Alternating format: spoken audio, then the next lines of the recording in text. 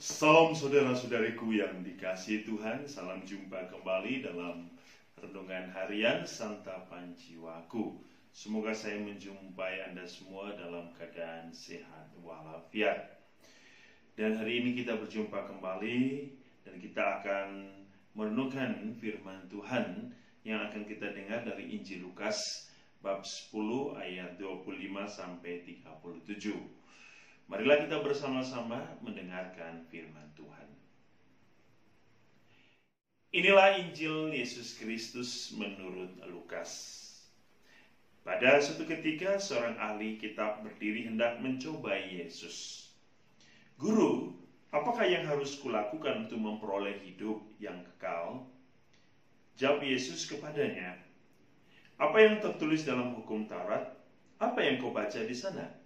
Jawab orang itu, kasihilah Tuhan Allahmu dengan segenap hati dan dengan segenap jiwamu, dengan segenap kekuatanmu dan dengan segenap akal budimu.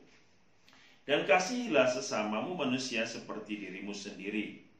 Kata Yesus kepadanya, benar jawabmu itu, perbuatlah demikian maka engkau akan hidup. Tetapi untuk membenarkan dirinya orang itu berkata lagi, dan siapakah sesamaku manusia? Jawab Yesus, adalah seorang yang turun dari Yerusalem ke Yeriko. Ia jatuh ke tangan penyamun-penyamun, yang bukan saja merampoknya habis-habisan, tetapi juga memukulnya. Dan sesudah itu, meninggalkannya setengah mati. Kebetulan ada seorang imam turun melalui jalan itu. Ia melihat orang itu, tetapi ia melewatinya dari seberang jalan. Demikian juga seorang Lewi datang ke tempat itu. Ketika melihat orang itu, ia melewatinya dari seberang jalan.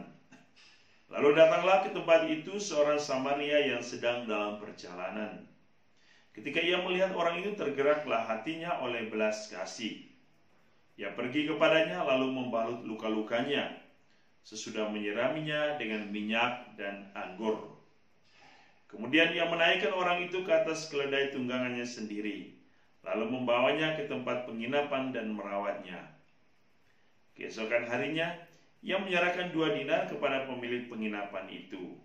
Katanya, rawatlah dia, dan jika kau belanjakan lebih dari ini, aku akan menggantinya waktu aku kembali.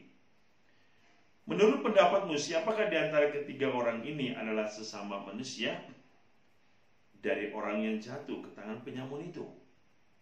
Jawab orang itu, orang yang telah menunjukkan belas kasihnya kepadanya.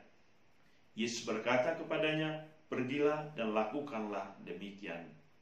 Demikianlah Injil Tuhan. Saudara-saudari yang dikasihi Tuhan, kita mendengar kisah seorang Samaria yang baik hati. Namun kita akan melihat terlebih dahulu bahwa kisah ini bermula dari suatu kejadian di mana mereka ingin mencobai Yesus. Mereka ingin bertanya bagaimana untuk memperoleh suatu kehidupan yang kekal. Jawab Yesus adalah dengan mengasihi. Mengasihi Allah dan mengasihi sesama manusia. Dan kita mendengar hari ini bahwa kasih adalah suatu perwujudan paling pertama adalah cinta Allah kepada manusia. Cinta Allah ini harus dinyatakan di dalam kehidupan real manusia, kehidupan real manusia, kehidupan yang nyata. Maka ketika Yesus berbicara tentang cinta kepada Allah dan cinta kepada manusia, yang dibutuhkan di sini adalah perwujudan cinta itu. Di mana Allah ingin cinta itu harus diberikan secara total, tanpa setengah-setengah. Maka kita dengar hari ini, kasihlah Tuhan Allah dengan segenap hati, segenap jiwa, kekuatan dan akal budi.